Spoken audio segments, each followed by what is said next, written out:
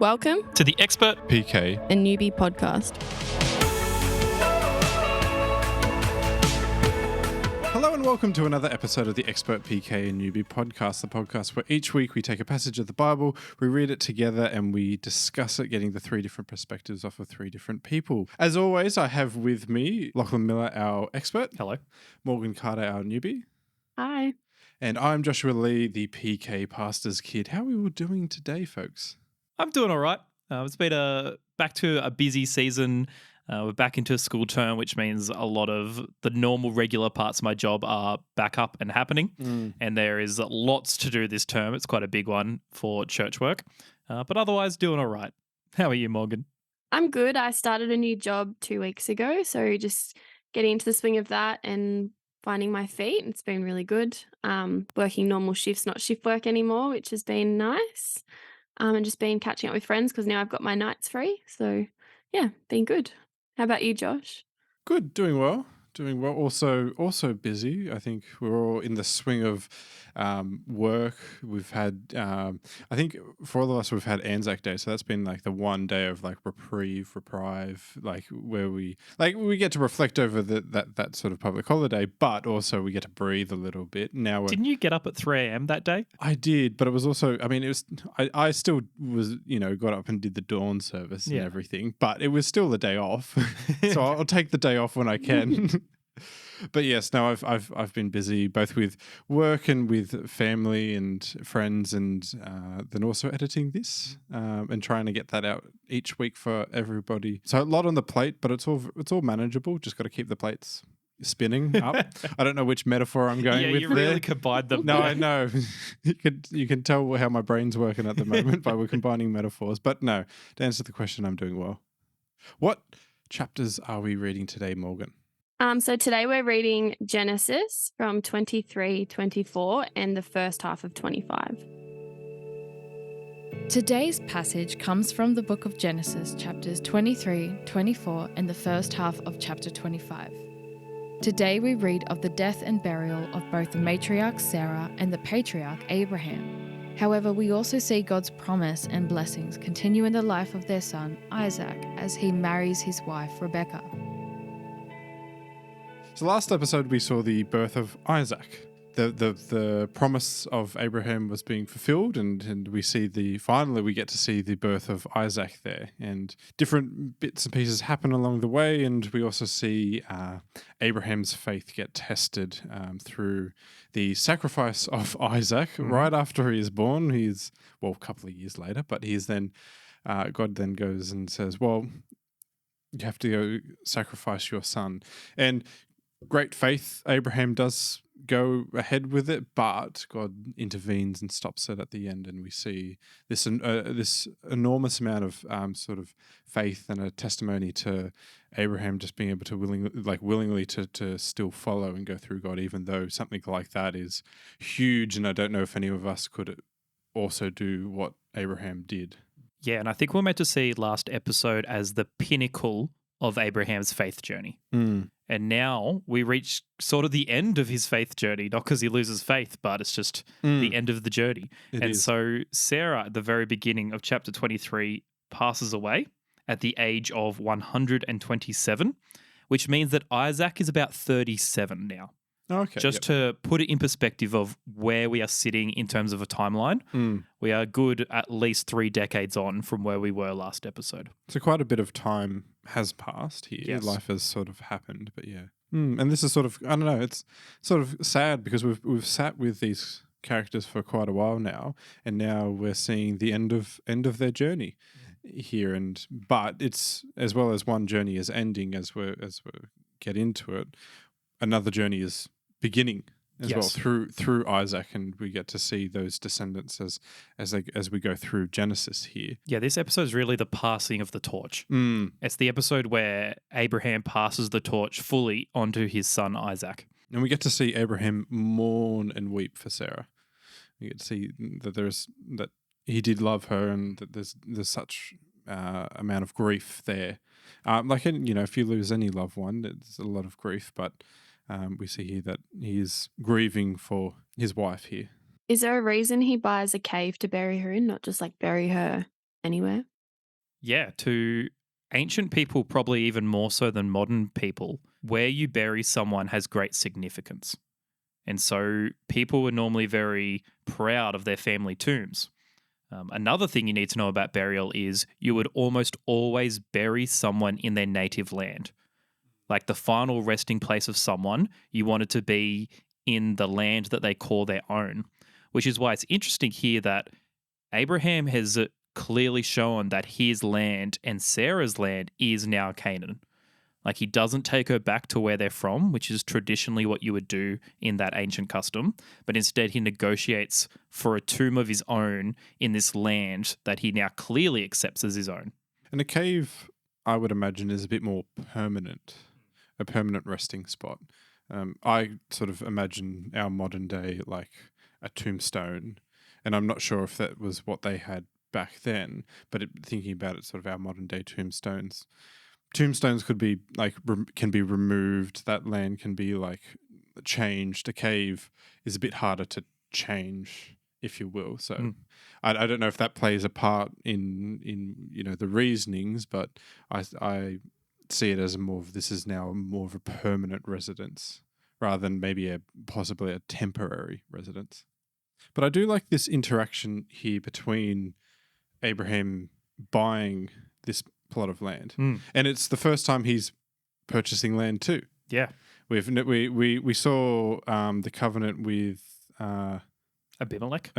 That's the name. Yep. And him getting that land, that well. Yeah, so he negotiated for the sole ownership rights over a well, but now we see him actually pay to own a plot of land. Like this is the first field and first cave that Abraham owns, or actually will ever own, of the promised land to him. Which is amazing in itself, because when we get up to it, he lives for 175 years, and it's only up until this point that he ever decides to purchase something. Yeah. In our current property market, I'll probably be 137 by the time I purchase property. It's true. I mean, I feel like we could live this nomadic life. It might be a bit more financially beneficial for us. But I think we need to pay attention to the negotiation that goes on here. Yes. Because it sounds very strange to our ears, the negotiation. Because Abraham goes, hey, I want to buy this cave. The Hittite that he's speaking to goes, oh, but Abraham, I just give it to you. Like, you've lost someone, I just give it to you. But it was never an offer of generosity. This was just the negotiating style. And so you would negotiate back and forward of, oh, no, I insist you have it. And Abraham goes, no, I'll pay for it. He goes, I insist you have it. It's worth 400 shekels of silver, but why would I charge you that? And Abraham goes, okay, now I know what you want to pay for it. Yeah. Like, it's just the style of negotiation. So it wasn't a battle of generosity? No, not at all. It was literally a total business transaction the whole time, even though it reads as this Hittite man trying to be generous, but that is just not their custom. And that's sort of lost on us. Yes, because I read that as like, oh, look at them. They're nicely, arguing about generosity. Is it? No. No, if anything, he gets a very good deal, the Hittite, because Abraham just wants to buy the cave, and he ends up needing to purchase the entire field just to own the cave. So he's really been upsold a fair bit. It's a lot of land. Yeah. To get. And unfortunately, we don't know exactly how much 400 shekels of silver is, because unfortunately, the weight of a shekel varies across history. So we don't know whether this was like a particularly high price or a fair price, but that is eventually what Abraham pays for this field and this cave. Did they have like funerals back then? I would expect so. Like, we know in the time of Jesus they did. And I know this is another 2,000 years even further back in time than that, but you'd have to assume there was some type of burial rite or ritual. Like, I'd imagine the entire household would have been in mourning or something to that extent. Yeah, absolutely. And this would have been a big, like, household event sort of thing. Because, like, it's just specifying Abraham and the interactions between the Hittites and Abraham burying Sarah. But we also got to like think of like Isaac as well, like losing a mother, and then the entire family losing the matriarch. Yeah, here as well. So I think this would have been a big event, and I'm sure there was a funeral. I'd hope so. The only other thing I would want us to note about this particular tomb is that this is the cave that Abraham is then buried in. It's the same cave that Isaac and his wife Rebbecca are then buried in. It's the same cave that Isaac's son Jacob and his wife Leah is buried in. So this very much becomes the family tomb and remains in their line, in their family, for generations to come. I guess that leads us on to the next section, chapter 24. Where we get to meet Rebbecca. And we sort of before got her genealogy. Yeah, we got her family tree last episode, which kind of just seemed to pop into the narrative randomly. But I think it was just like a little taster of that a new character is about to come. Yeah. And that becomes, I think, important as Abraham is instructing this servant to be like, I don't want Isaac to marry anyone from this land. That it has to come from my homeland. Now, it does say to a relative, which, you know, your alarm bells start to ring at that point. But I mean, that's a pretty common thing throughout the Old Testament. The idea of marrying within God's people. Like, it's actually a law in Deuteronomy, and it's very much in 1 Kings 11 and Ezra 9. It is definitely seen as something God's people are meant to do, is always marry within the tribe of Israel. Even if you wanted to jump forward to a New Testament context, Paul reminds us that we are only to marry in the Lord, which is another way of saying only to marry other Christians, is what Paul is teaching there. So no flirting to convert? No, Paul, I don't think would be a fan of flirt to convert. But also the whole dating system we have is very different to Paul's days. So I think so. No wonder it never worked for me. So this senior servant who we see at the beginning of chapter 24, there's probably a pretty good chance that this is Eliezer, who we saw in chapter 15 as the servant who was set to inherit everything that Abraham had, because at that point, Abraham had no children.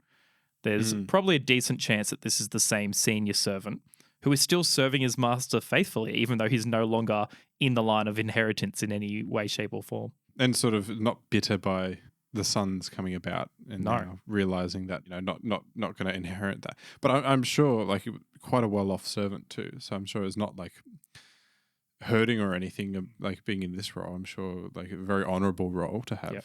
And he was clearly a very faithful man, as we'll see as this story goes on.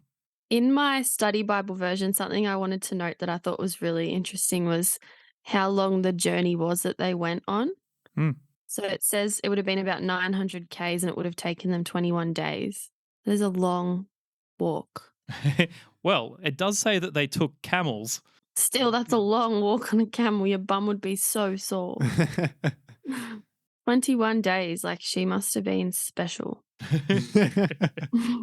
And just going back, there was something I forgot to ask. Why put your hand under my thigh that I make you swear by the Lord? Like, why?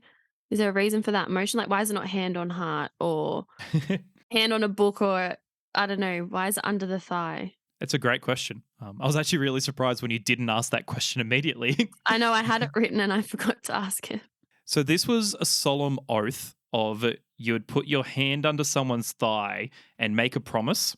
And if you didn't keep the promise, the idea was that that person's descendants would kill you. Okay. In other words, because you're putting your hand awfully close to the reproductive organs. And so the idea is, well, if you don't complete this oath, then my offspring will make sure that I'm avenged. And so it's ridiculous. It is fairly ridiculous, but I think it's exactly the same as cross my heart and hope to die. Like, it's pretty normal for someone in our culture to utter a phrase exactly like that. It's taking an oath and saying, if I don't fulfill it, may I die. Like, I'm committing to doing this. So I like that you instantly went to, why didn't you just put hand on heart? I think this is the ancient version of hand on heart or hope to die. A cultural thing of its time. Yes, no, I agree, Morgan. It was a bit of a weird one when I read it. Like, oh, okay, that's different. I found myself, like, putting my hand under my thigh to be like, why? Like, is it because it's a hidden, like, promise, or like, why? But makes sense. And it's also like it's a bit of a power dynamic too, because if you're sitting for that to happen, the person that's making this has to be kneeling, has to be there in front of you, like they're in this vulnerable state as well. And then sort of moving from that, Abraham insists and sort of warns the servant to be careful never to take his son to this place that the servant is about to travel to. And I think that's to sort of maybe to have a guess, to not lead Isaac astray from God's wishes of remaining in Canaan. Because I could imagine easily Isaac sort of going, actually, no, I like it here better, and then sort of setting up shop here. But I think the faithful Abraham is trying really hard here to keep God's promise and also obeying his command of staying within Canaan. Yeah, you're absolutely right. Abraham wants to make sure that his descendants actually take this land that God has promised to him. And that means Isaac remaining in the land, if at all possible. Not to be tempted anywhere else. Yeah. And we also know that Abraham's family was a pagan family. So there could also have been a religious element to it as well of... True, yeah. Isaac is to remain in this land worshipping our God rather than going to that land and beginning to worship other gods. Yeah, even being led astray from just Yahweh himself. Yeah, exactly. Is this a complete surprise to Rebbecca that Isaac shows, or that the people show up to get her? Is she like, does she know about this? We get the impression that this is a surprise. Like the servant seems to have to explain that Abraham has even had a son, which probably would have surprised Abraham's relatives. And so, yeah, she's totally caught off guard, but at the same time, she displays all of these amazing characteristics from the very beginning. So, like, she's shown to be energetic. She offers to water 10 camels. Like, that is a lot of work. And so that shows generosity and also vigor. She's hospitable. She's eager to welcome this servant into her home. And then at the end of chapter 24, she's prepared to leave immediately to go to Canaan and not delay, which shows that she's responding in faith to the call to leave her land, exactly like Abraham did. And so I think what we find in Rebbecca is a truly remarkable woman. And Rebbecca comes, into the picture even before the servant is done praying. Yeah. Like, immediately this happens. And good on the servant for like we're saying about how Abraham had enormous faith. Servant here is having enormous faith, is immediately in prayer here, praying for this mission that he's on, this task that he has to complete for his master. And I love this part where he's sort of watching Rebbecca. It's in verse 21 of chapter 24. The servant watched her in silence, wondering whether or not the Lord had given him success in the mission. I love that part of is this happening too easily, too quickly, Lord? What's he's not necessarily doubting the Lord ever here. He's very much sees the signs here, but is allowing sort of the prayer to fully come into realization for that to finish. And I just like that bit of just eagerly waiting to see if this is from God. What I also love, Josh, jumping at the back of your comment, is in verse 27, he starts praising the Lord for success, even though he literally hasn't even brought up the idea of marriage yet to Rebbecca. He's just found this woman who is willing to put him up for the night. And he's like, God, you've given me success in my journey. It's all over. It's all decided. And yet he hasn't even asked the question yet. No. Where it says whom no man had known, does that mean she's a virgin? Yes, that is exactly what that sentence means. And I have another question, why this girl? Why Rebbecca? Did she have a high status? How did they know to find this girl? Why her? Part of it is her family line of she is a relative of Abraham's, which is what Abraham wanted. I think the other part of it is what we see through this story is God's provision of, quote unquote, the perfect wife for Isaac. We see this woman who just so perfectly fits God's plan. She's willing to leave this land that's 900 kilometers away to go meet this guy, to become his wife, to live out God's promises that were promised to Abraham and now going to come through Isaac. I think God was just showing his work behind the scenes. And this was the woman he had in mind and had planned to. And he directed the events of this whole story. I think one of my favorite things about this story is that you don't see God anywhere in this story. And yet it just so happens that the servant rocked up to the right place. It just so happens that Rebbecca was the one coming down at that point. It just so happens that Rebbecca offered to water the camels. there's so many coincidences within this story. Mm. And I think we're meant to see that God was directing every moment of this story behind the scenes, which I think is the most accurate reflection of how we, in our everyday lives, encounter or see God. Mm. We don't often see the crazy visions or dreams that Abraham had, but we quite often, in hindsight, can see the moments that God was directing events for us. Mm. We don't see God sort of written here or God's actions written here, but we can definitely see his work here. I just can't get my head around like how they communicate. Like, oh, we've got this girl here. Her name's Rebbecca. She's really pretty, like perfect for you, like 900 Ks. Like if they don't have phones, I just don't understand how they know. Well, Rebecca's still random. Like it's not like the servant knew of Rebbecca. Mm-hmm. His only instructions was to go back to Abraham's homeland and go see the relatives and Find a wife for Isaac. yeah, and see who was around. Oh, okay. Yeah. But he, in sort of like these instructions here of like, well, he's praying like if these things happen, then I found the right person. I thought they were like headhunting her. No. I think where you're getting that from is because we know Rebbecca, because we talked about Rebbecca previously. Yeah. If that makes sense. Yeah. Yeah. From the servant's perspective, he's never met this woman before. He wasn't looking for this woman, but she Right. ticked all the boxes that he had requested of God in finding the right woman for Isaac. That makes sense. What we see is that she goes home and we meet her brother Laban for the first time. And he will be a very important character when we come to the story of Jacob. Yes, I remember now. And what we discover in the story of Jacob is Laban is quite a greedy man. And I think we see the early elements of that in this story is Laban sees all the gifts that Rebbecca has come home with and goes, where did you get this from? Bring the man that gave you these gifts. And then he starts negotiating the marriage because that was what the brother did, is negotiated the marriage for his sister. And the servant claims that his master Abraham is rich and well off and then proves it by giving all of them present, which is Rebbecca, Laban, and their mother. And then the servant gives them all costly gifts. Costly. Which I thought was an interesting way of phrasing it. So even more wealth being sort of transferred. Yeah, we could potentially see this as the bride price, which is normal in ancient societies. If I'm remembering it right, Jacob has to deceive Laban in that story to try and get away from Laban. Yes, we'll get to it in just a few episodes, but also Laban deceives Jacob by tricking him into marrying the wrong person. Yeah, There's a lot of deception coming.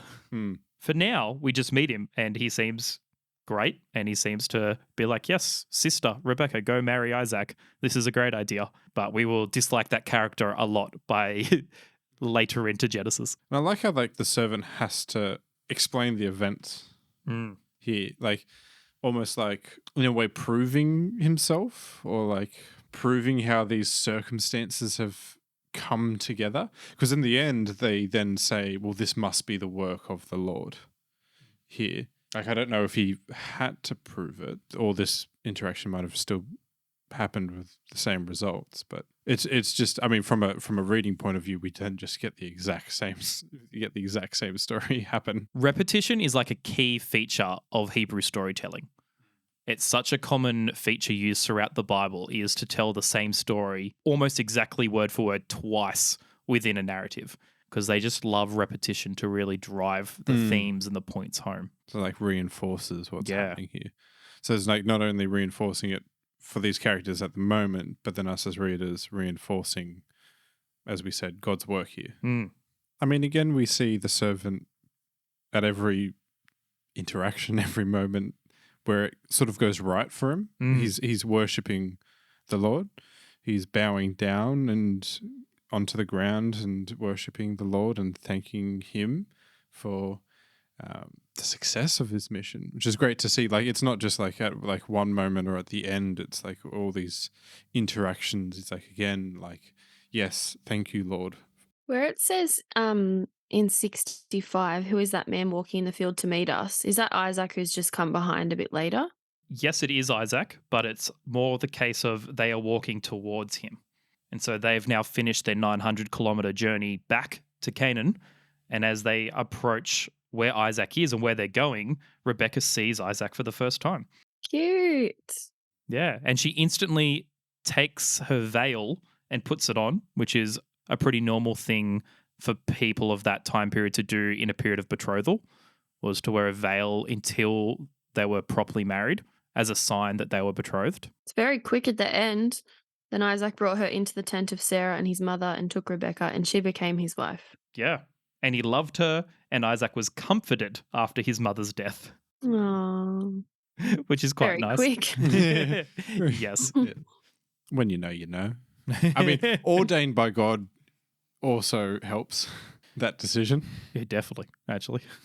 The only other thing I wanted to bring up from 24 was that Isaac is hanging out at the same place where Hagar heard from God, and it specifically says that he is meditating there. Now, that word that we're translating as meditate, this is the only place in the entire Hebrew Bible where this word is found. In fact, it's the only place in Hebrew literature where this word is found. But meditating is a pretty solid guess for what it means. And the fact that he's at a place known as a place where God speaks means he's potentially seeking the Lord there. And it's there that he first sees and meets his wife, and also all the future that is going to come from that. And I think as we're sort of wrapping up 24 as well, they're just that in 60, verse 60, the blessing that gets parted onto Rebbecca is also a nice one of maybe, again, be a mother of millions. Further continuing on that promise God gave to Abraham. I think it's interesting how the end of it is, so Isaac was comforted after his mother's death, and then 25 just starts with Abraham took another wife. Like, Abraham was also comforted after the death of Sarah. Oh no. and also, I thought we weren't having any more genealogies for a while, and I'm seeing some coming up in this next bit. Yeah, Lachlan Miller. I forgot about Ishmael's genealogy when last episode I told you there wouldn't be one for a while. Interesting. In my mind, I was like, yeah, Esau's genealogy, we'll get there, but that's a while away. No, I forgot about Ishmael's. Well, not even before that, we just get a brief descendant list of Abraham's other children. Yes. Yes, so I'm Abraham has shocked at more this. than the two children. I'm shocked because isn't he old? And that's quite a lot of kids to have that old. I mean, I'm no biologist, but my understanding is men are capable of having children for quite a long period of time. That's a lot. Yeah, to go from a man who was 100 years old with no children to now being a man of 175 with many children is interesting. Maybe he was just like acting out in his grief. So we know Abraham was promised that he would be the father of many nations. And I think that is why the beginning of chapter 25 is included here. Now, we know that there was already one promised line through Abraham, which was always explicitly through his wife Sarah, which is what Yahweh told them all the way back in chapter 17. That is, it is only Abraham and Sarah's union that was the promised line.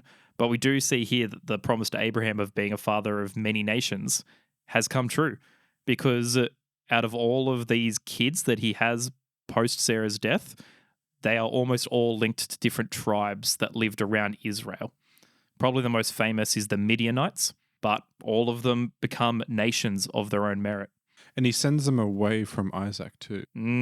Yes, because Abraham wants to ensure that there are no challenges to his one true heir. Like with Ishmael, he also sent Ishmael away. He sends away every other child he has so that it is clear that only Isaac will inherit everything. Which is, at that point, it's like, well, why did you have further kids if you knew this would be a threat?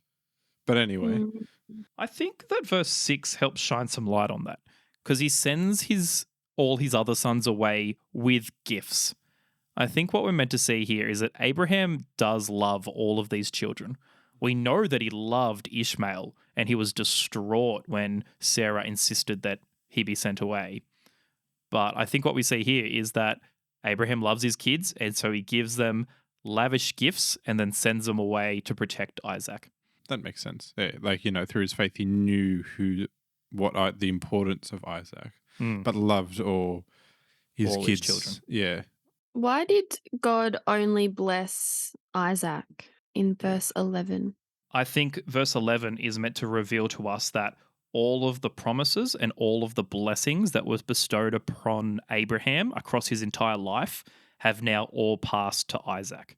And so Isaac is the line that God has set up to fulfill his great salvation plan. Because we know that at the very end of Isaac's line rests a man that we're all quite familiar with by the name of Jesus. And so Isaac is that blessed line. And now we're meant to read that everything that we saw that was true of Abraham about God's favor is true of Isaac. As we said at the start, the handing of the torch. Yes, is very much what is happening there. I was reading an article the other day about Genghis Khan. I promise that there is a link here to what we're talking about. Okay. And it was talking about how 16 million people alive today are descendants of Genghis Khan, which is about 10% of the men who reside within the borders of the old Mongol Empire. And so I was just thinking about the idea that Genghis Khan was so prolific. He had so many descendants and so many people alive today could trace their lineage back to him. Then I was thinking about Abraham with this list of, not only do we have all the Arab nations through Ishmael, all the Jews through Isaac, and all of these other desert tribes through all of these other sons we've just read about at the beginning of 25. Like, so many people alive today could trace their lineage back to Abraham, which is crazy. It's probably even more than Genghis Khan, even though that is quite a staggering fact even by itself.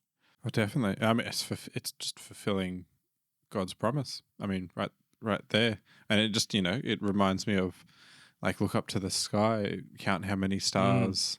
It's just happening. And it's like, and it's that same thing of when God commanded Adam and Eve to go be fruitful and multiply. It's the same things happening here as the family is multiplying. God's family is multiplying. We've just talked about how Abraham has been multiplied and has many, many descendants. Unfortunately, there is also a subtraction here. And we see the death of this great patriarch at the age of 175. And he's buried in the same tomb along with his wife. Yeah. Original wife. Original wife. With Sarah. Wonder how she feels about that, like when she rolls over and sees him next to him. What you been doing, Abraham? But yes, the family tomb now has both Sarah and Abraham. Yeah, the leaders of that family. This is the closing of the chapter of a great servant. Yes. And that Abraham has gone through many different ups and downs, as his journey is a hard journey, and he's seen a lot, but he has been a faithful servant through and through here, right up to the end, as we saw through his test with Isaac. We get to sort of lay rest to a faithful servant. And it says he was gathered to his people. Now, on one level, that could simply mean that he was buried with his people in the family tomb, but it could also be that this man was gathered to his people, to his family in the afterlife. And that's where he is to this day. And that's what Jesus will actually talk about later on in the New Testament. He'll talk about how God is the God of Abraham, Isaac, and Jacob, the current living God. And that means they are still alive.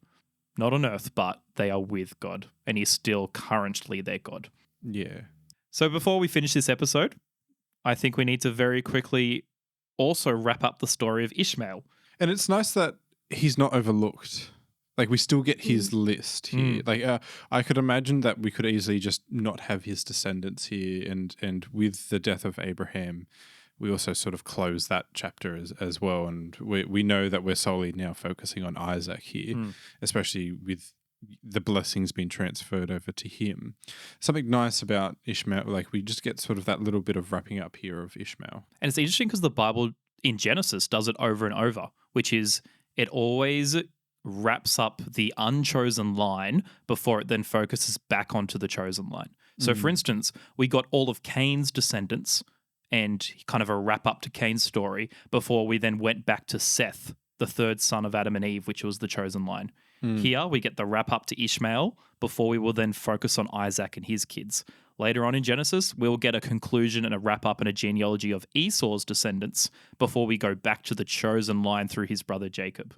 And so Genesis does this over and over of ties up some loose ends of the unchosen line before doubling down and focusing again back onto that one family that God is using for his purposes. And this would be so that we don't get confused about which one the chosen line is. Yeah. That's so we say focused on that line. I think it's interesting, Josh, that you brought up the idea of wrapping up the unchosen lines so that we don't get them confused. That's something you just said a moment ago. Yeah. Because in Islam, Ishmael is regarded as the chosen line. Now, I'm not an expert on Islam, happily admit that here, but from my understanding, Ishmael is regarded as a prophet. He's regarded as the ancestor of Muhammad. Many Islamic scholars think it was Ishmael who was almost sacrificed instead of Isaac. And so they really take Ishmael as the chosen line through whom all the promises of Abraham come true and then come down to those of the Islamic faith. So I guess sort of knowing that, it's important for us as Christians to then know which line's important to us, because for us it's through the saving grace of Jesus, not anyone else. Correct. So we need to know that line and where it sort of ends up. But it's always fascinated that Islam gets traced back and from the same book as us. Yeah, as in it's called the three great Abrahamic religions, right? Yeah. Judaism, Christianity, Islam. Because we all trace our roots back to Abraham. Yeah. It's just two of the three think that Isaac was the chosen line. And the other one, Islam, thinks it was Ishmael. Ishmael is also one of the key characters who lives in Mecca for most of his life and begins sort of the sanctification of Mecca as a holy site, which is why Mecca is so important to those of Islamic faith. Yeah, I mean, there's something about that where for me, it almost like proves, like, between the three faiths, we're all in sort of the right direction. Now, I like, you know what I mean. Like, I like, we believe here that we are. Yep. But it's something almost reassuring that we're somewhere we've, like, obviously diverged. Like obviously here we've diverged. I don't know. There's something comforting that it's comes all back from Abraham. I don't know. I find that comforting in a weird way. I know what you're talking about because I was doing some research the other day about what different religions and groups think about Jesus. And there's something oddly comforting about the fact that almost every world religion has tried to incorporate Jesus into it somehow. So like Islam sees him as a prophet. Hinduism has recently seen him as an incarnated God. Buddhism sees him as a great teacher who tried to help people along the journey. Yeah. But only Christianity sees Jesus as God. Yeah. So there's something reassuring to me that goes, every other group of people has recognized that there is something special about Jesus. Yeah. But only Christianity takes it the full way. Yeah. That's really special, I think. I never knew that other, like, apart from the three, how did you put it? Abrahamic religions, that other religions have started to see how significant he was and started to try and incorporate him. Yeah. Wow. I mean, the power of God. I can't say anything else. But like, if they're realizing that, and like, I think we've got it right, folks. And on that topic of getting it right, I do want to point out that this document we have in Genesis is the oldest copy of the Abraham story known to exist. It was also written well before there was any need to prove that Isaac was the chosen son. Like, this document was written so long before people started to claim in Islam that Ishmael was that son, that you can't be like, oh, they edited this story in Genesis to make Islam seem silly. No, this is the original, oldest version of the story. Yeah.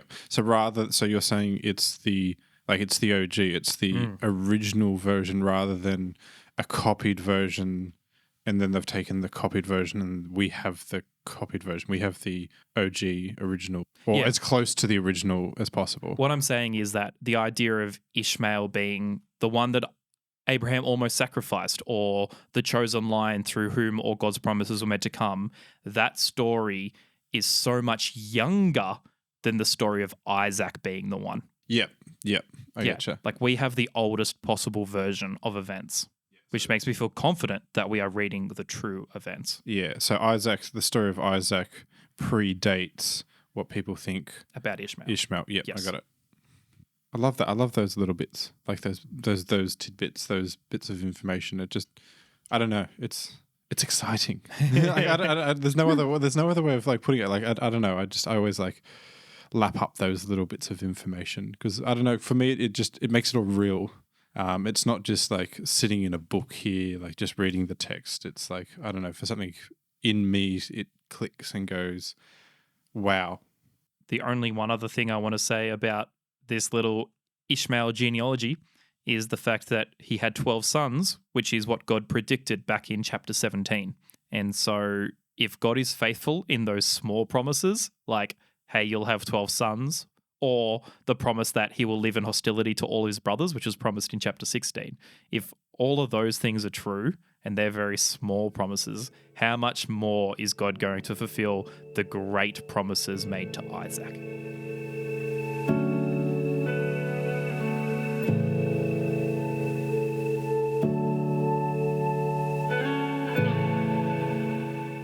I'm going to kick us off with some final thoughts. Last year at church, we looked through the book of Ruth, and something that struck me about the book of Ruth was how there was no direct words from God, no miracles, no prophetic oracles, but you could so clearly see God's hand over every single event that happened. And that's what I see when we come to chapter 24 here. And it just reminds me of that, of God is so clearly at work orchestrating things behind the scenes. And chapter 24 is one of the longest chapters in Genesis. It's one of the longest, most well-crafted stories in Genesis.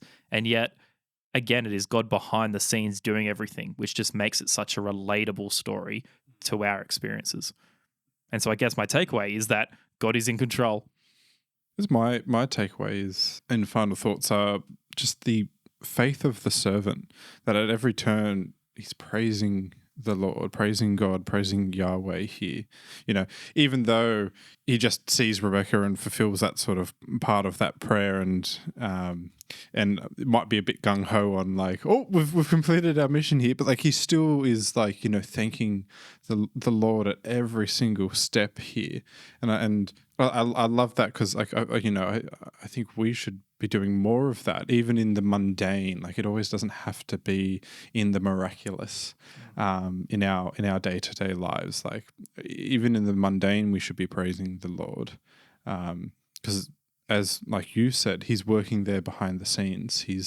His work has always been there, always will be in the future, and we should praise that, and we should continue to praise that. I think my takeaway, I don't really have a big one this week, but is just the extremities of things like buying all that land just to have the cave and walking 900 Ks, just like the extremities of how big things were back then. Just shocks me every time I learn something like that. And I know that I've already had a final thought, but I also just want to, for one final time, almost say farewell to Abraham. Yeah. Like we've spent many episodes with him, and this is the wrap up of his and Sarah's story. And so now we get to hang out with Isaac and his kids for the rest of Genesis. But goodbye, Abraham. So as we're sort of saying goodbye to Abraham and Sarah and moving on with the stories of Genesis, we'd love to know your thoughts on Abraham and Sarah, and to know what you got out of their life, as well as any questions that may be still looming about Abraham and Sarah. We'd love to know any of those thoughts. So send in your thoughts, your comments, your questions. We'd love to hear them.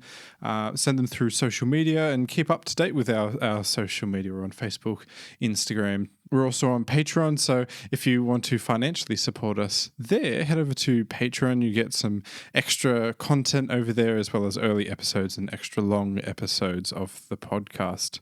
And it's also a good way to be able to be in communication with us as well. Don't forget to share this around, because we'd love not only the word of God to be shared, but also this podcast to be shared with everyone. So share it with a family member, share it with a friend, a work colleague, someone that is, either a Christian or maybe is on the cusp of Christianity and is interested in what we're talking about. It could be used as a great tool to start that conversation if you need a conversation starter. Morgan, can I just get you to end us in prayer? Lord God, thank you for another great time together to look into your word. Thank you for the lessons that we've been taught through the journey of Abraham and Sarah. Thank you for everyone listening. I hope that these words can sit with them and that they can learn something too. Amen. Amen. Amen. Thank you, Lockie and Morgan, for this time here. And thank you, everyone, for watching and listening. And we'll see everyone next week. Bye. Bye. Bye. A Mustard Seed Creative Production.